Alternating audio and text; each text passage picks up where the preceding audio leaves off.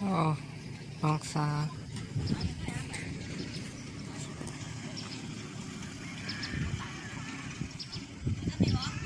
บรรยากาศยามเช้าฝนเก่าคือเก่า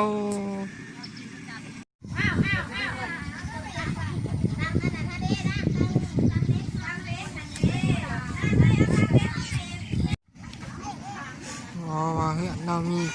ไฟฟ้าคักเลยโอ้คัก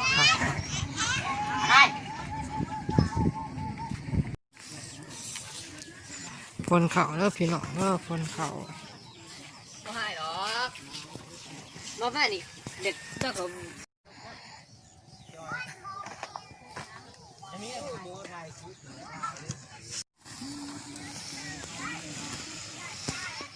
โอ้น้องฝนนี่มาฝนเขาหน่อยน้องฝนนี่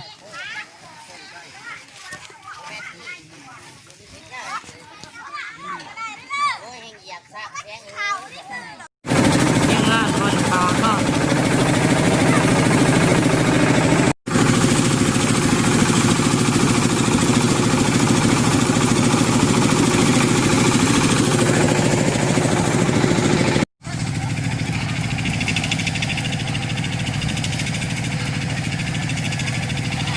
โอ้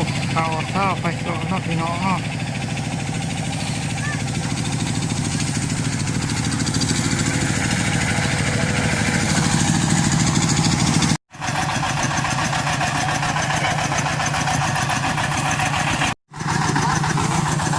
เอา